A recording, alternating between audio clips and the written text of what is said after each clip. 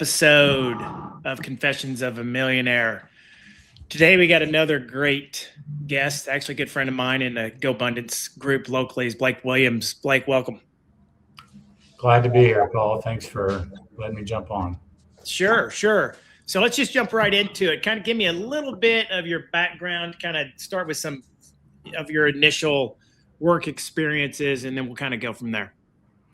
Yeah, so I started out at a college working in the country club industry. I worked my way up to general manager of a country club by the time I was 27.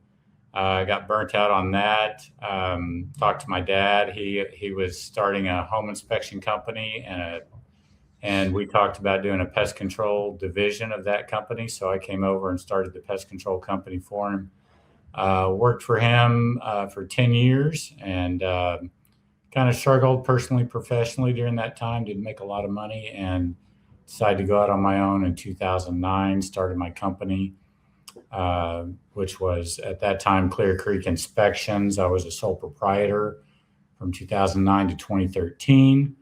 And at 2013, I decided to build a company. The kids were getting college age, and I knew that I had to cash flow college for them, so I needed to make more money.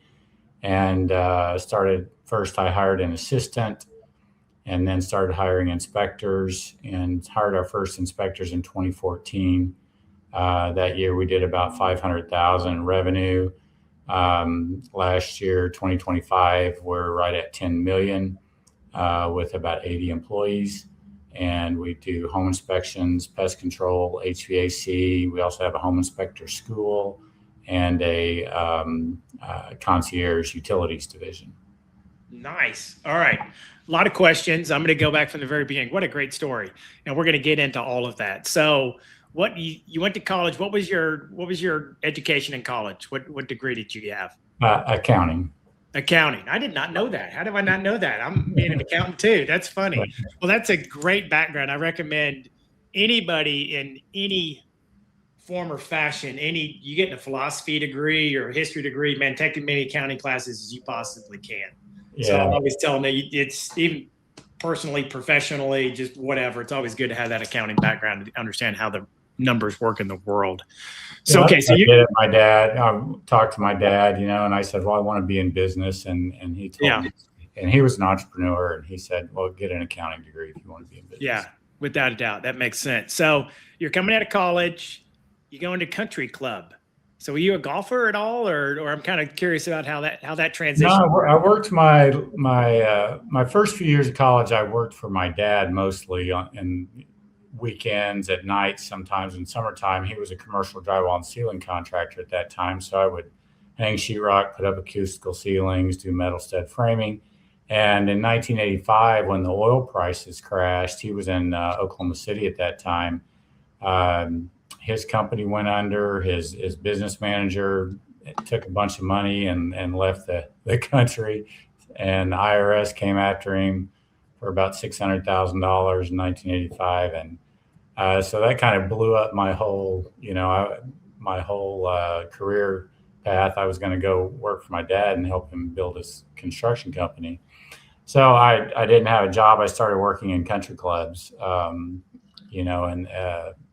evenings and weekends and afternoons sometimes.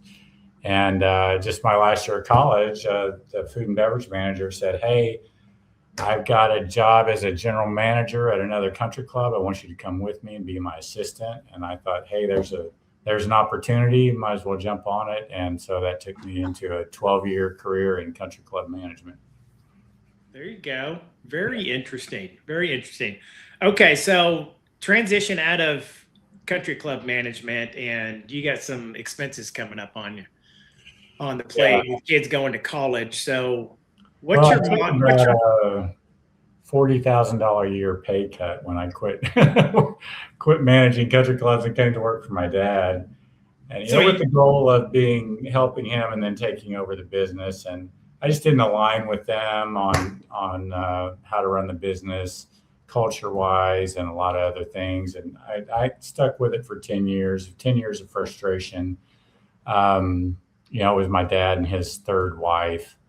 And one day I was driving down the road. I was doing a pest route, and I was near downtown Dallas, and I was listening to Dr. Laura Schlesinger on the radio. There you go. Okay. Remember her? The Yeah. psychologist, right?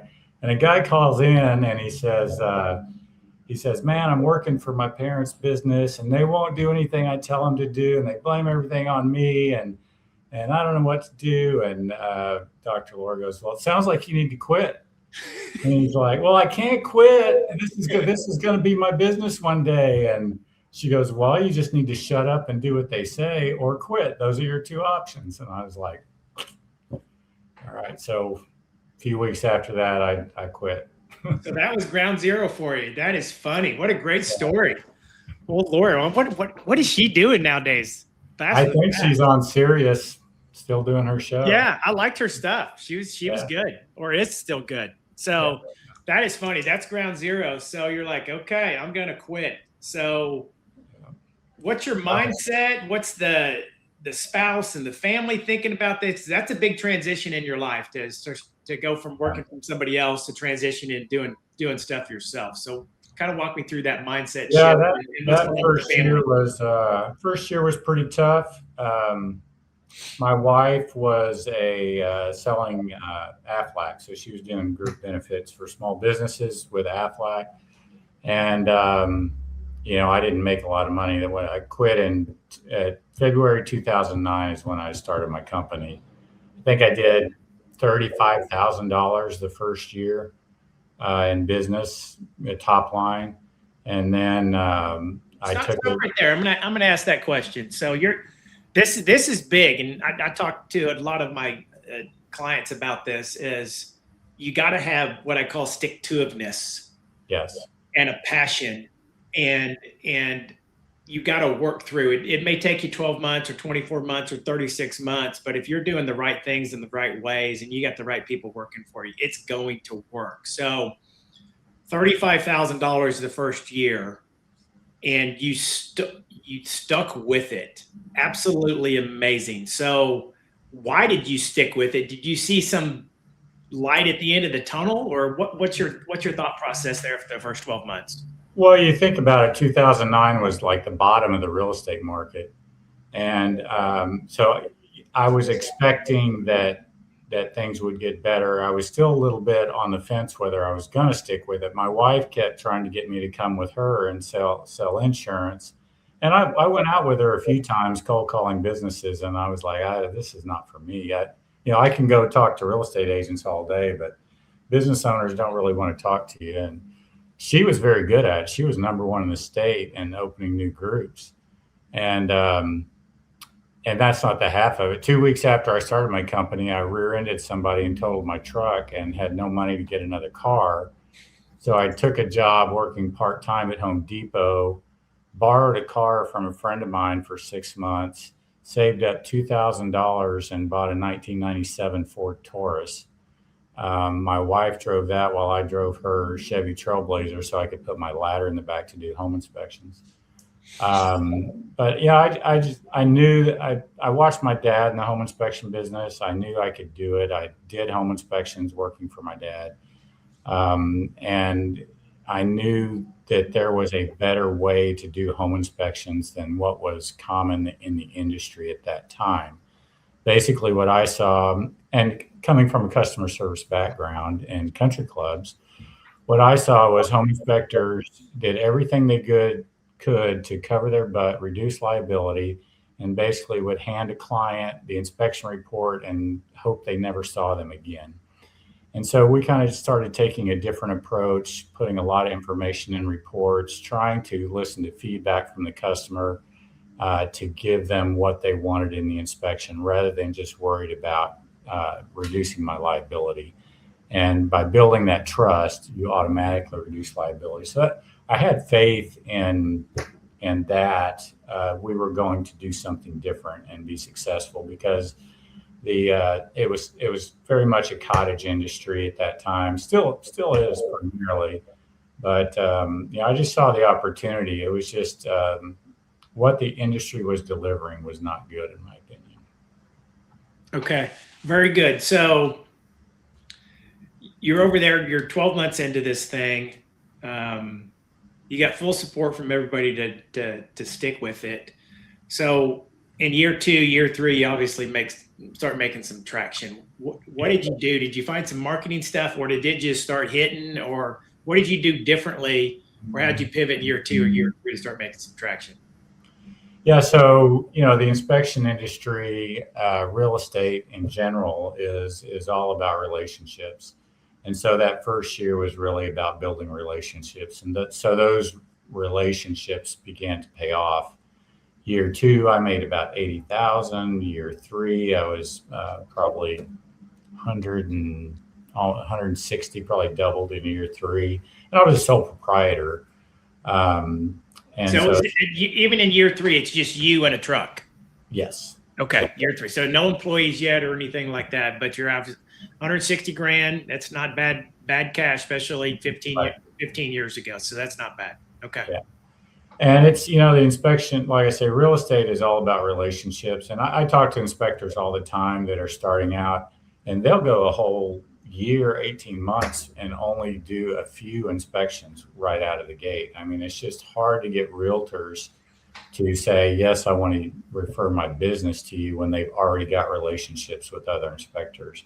And you don't have a lot of success doing digital marketing online.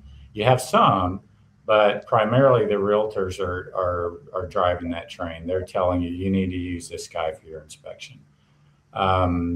And so some people will buck the system and say, no, I'm going to find my own inspector, or they have a friend or a brother-in-law or somebody who's an inspector that they'll use. But 80% of the time, it's the realtor saying, here's a list of the inspectors that I know are great guys. They usually have 3 names on a list. They hand it to it, and the client will go in and pick one of those inspectors. So what's the going rate for just a standard 3,000 square foot home nowadays for an inspection? So our average fee overall is about $700 for a 3,000 square foot house. Probably be a little bit more than that, but somewhere around there. Yeah, it's different in different markets. Like Las Vegas, we do inspections in Las Vegas. They have the lowest average inspection fee in the nation in Las Vegas, Nevada. So it's around $500. And then I have a friend that has a home inspection company in Maine, Portland, Maine, and his average inspection fee is over $1,000 because every house has a septic system, every house needs radon testing, so there's just different services that are provided. Right. Okay. All right. So now we got a kind of a price point of how much these things are rolling for. So now you're in year 4, year 5, so you're growing a little bit more, and it's mainly just word of mouth and kind of creating that relationship. So no marketing per se, or very little. So yeah, it's just me going around to real estate offices, setting up, hey, I'll sponsor your sales meeting. If you give me 5 minutes to talk, I'll bring some lunch for you guys. I'll go hang out at the real estate association, go to the real estate association meetings. It's just all about meeting realtors and impressing. One of the things I used to do from a marketing standpoint, if I could get into a meeting at an office where there was 20 or 30 realtors, and they would give me a few minutes to talk, I'd say, who in the room has a client who's going to need a home inspection in the next month? And most of the room would raise their hand, or 3/4 of them. And I'd say, okay, what about the next 3 weeks? And so some hands would go down. What about the next 2 weeks? And I'd get down to the last person that needs a home inspection tomorrow, and I'd hand them a coupon for a free home inspection.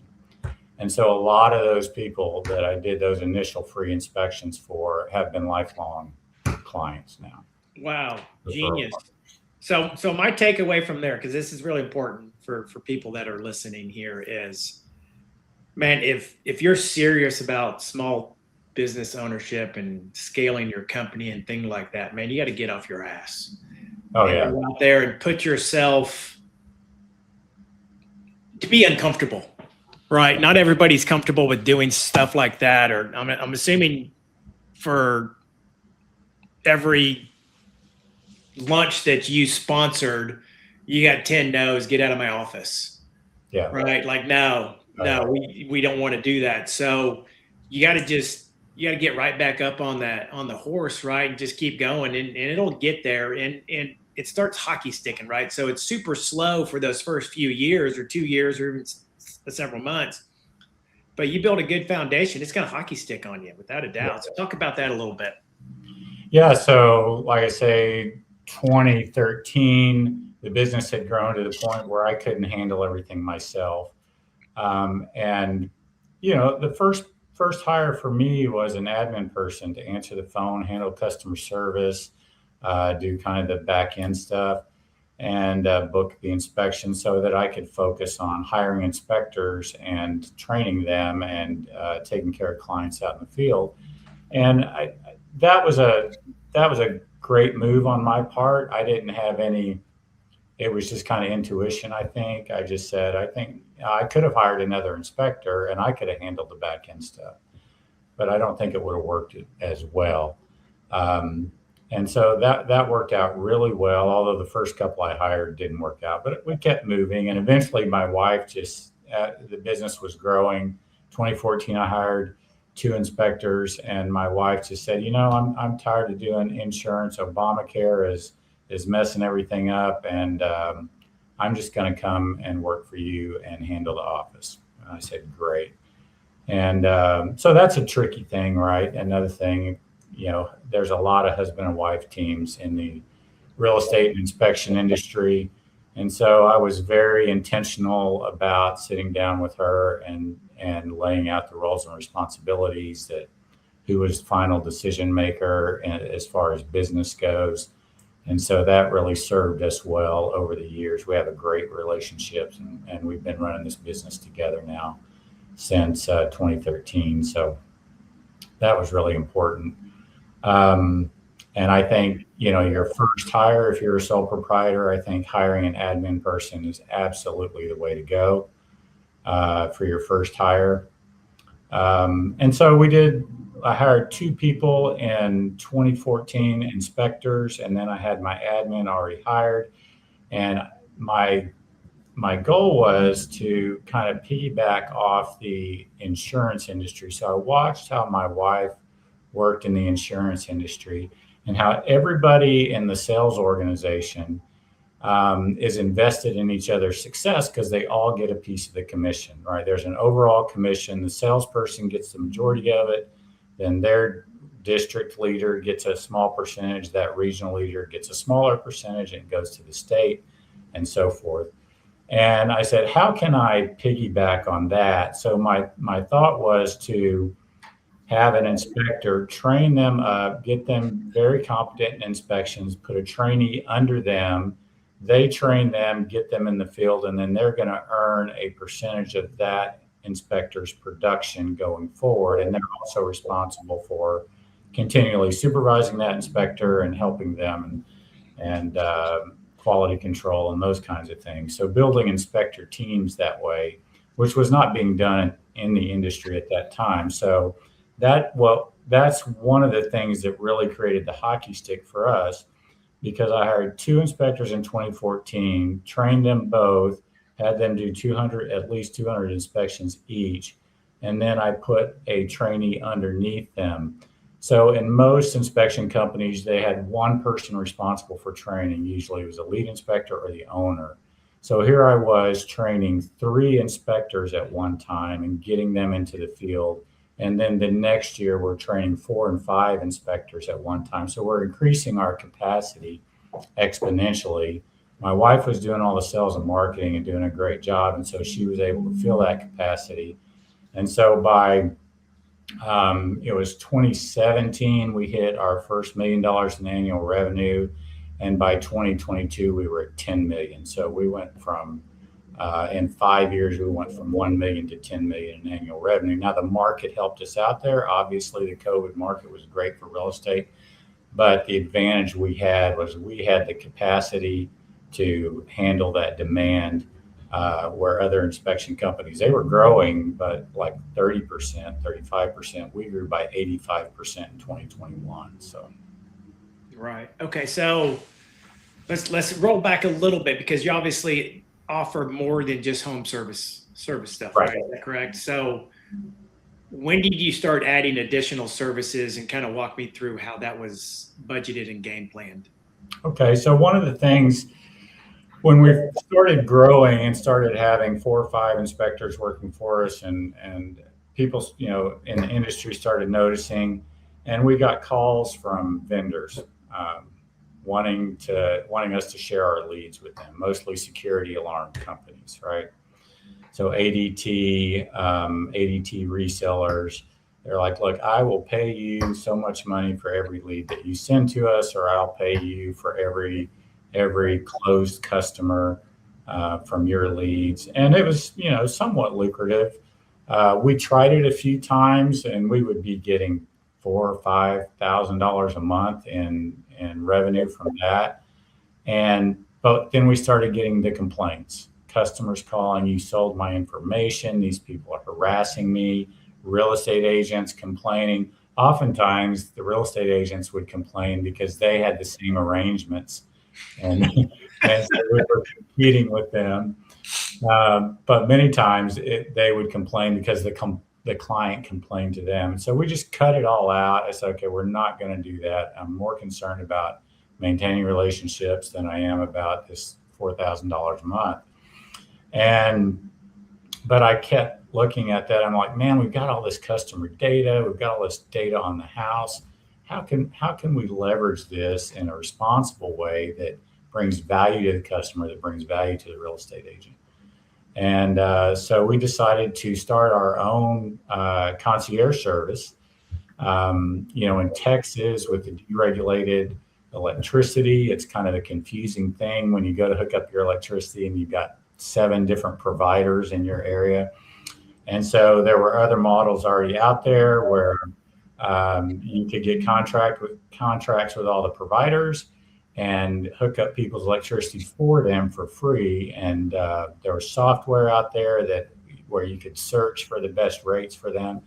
So we just copied that model from other companies and created our own concierge service.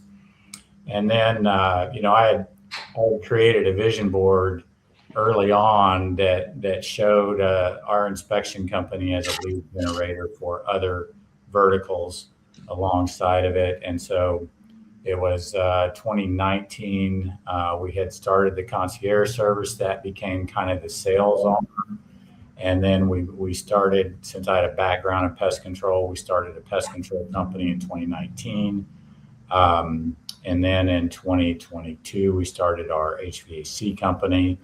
And we also, at that time, started our home inspector school. It's kind of an outlier for us, but the thought there is just a recruiting pipeline, really. There's a lot of schools out there, a lot of competition, and that's not a big revenue generator for us. But I like being able to say that, hey, we're not just home inspectors, we also own the school. I think it's a good creator for us, and it's growing. But having the home inspection as a lead generator for other home services is a model that a lot of people have tried as with in-house services. There's not a lot of companies that have been successful with it. I think Fox Inspections down in Houston has been successful, and they were a really pioneer in that area. And then there's us. Other people have tried it, and they don't have that perseverance that you talked about earlier. You gain some success in one business, and you think, we can just start another business and it'll be successful right away. That's not how it happens. It takes the same level of dedication and perseverance and passion for that new vertical that you put into your original business. And I think that's the part a lot of people that I know that try it and quit. They quit after 2 years and they're like, man, I'm just dumping money into this thing. And I'm like, what did you expect? Yeah. We're going to start something from ground up. It's not easy, especially if you're not the one doing the work. Yeah. So that's anyway. I'm digressing, but no, I love it. It's the perseverance. I'm going to talk about that for a second. It's important. I mean, everybody's heard the terminology of burn the boats, right? Yeah. My terminology is I say jump off the bridge, right? Yeah. So there's no going back, right? So if you have that mindset, I think that's going to get over a lot of hurdles. And when you come across tough times, then I mean, remember what your goal is, right? So and some businesses don't work out. So I get it. At some point you got to say no and move on and It's try even to harder when you've got a team, right? Because your team is ready to quit way before you are. yeah. And so having enough influence over them to say, no, we're going to keep going. I know the cash flow sucks right now. I know, this is costing us money. I know that person that we've got over there is not the right person. We just have to keep going. That's a difficult thing to do. So in your HVAC and your pest control and your concierge services, what percentage of those guys are your home inspection customers? Because I mean that's a warm sell, so I'm just kind of curious how many people of those convert. Yeah, about 30% of our home inspection customers convert to either one of those or both. One of those or both. And Okay. I'm talking about HVAC and pest.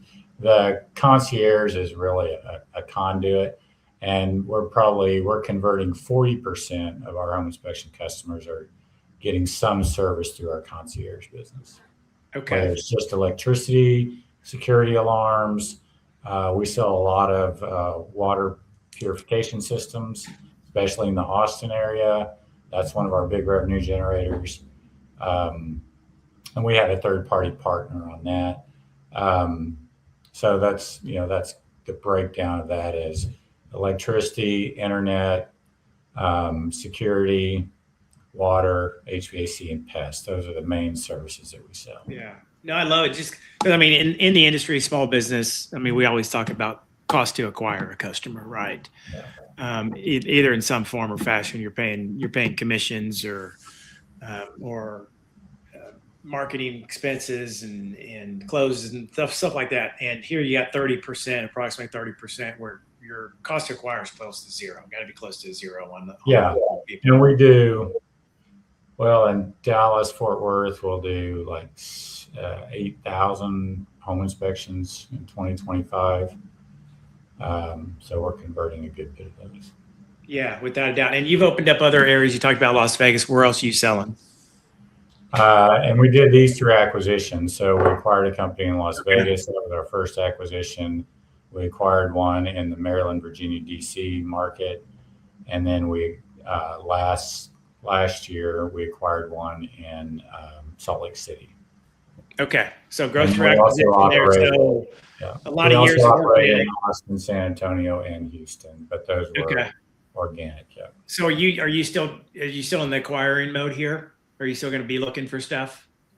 Yeah. Right now I've got my eye out for an HVAC company. We'd really like to up the talent and cash flow in our HVAC business. And I think probably the best way to do that is through an acquisition. Yeah. Well, man, I had an HVAC company that I loved under LOI. So maybe we need to talk about that offline. Yeah, I've moved on from it because their sales are down a little bit this year and it kind of scared me, but it hasn't sold yet. So maybe me and you need to talk about that one offline. No, good stuff. We're wrapped up here in the next couple minutes. Any words of wisdom for somebody just like maybe wanting to leave their W-2 and acquire a small business, and words of wisdoms of what they need to be looking out for? Yeah, I mean, I think a lot of what you said, I always tell people that with patience and perseverance, anything can be accomplished, and you got to add the hustle in there as well. We talked about those things, and just get ready. I mean, there are very few overnight successes.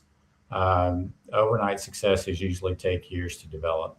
I heard Jack Ingram's a Texas musician, and I heard him say one time, it took me 20 years to become an overnight success when he got his first big recording contract. That is great. I'm going to steal that from you or from him.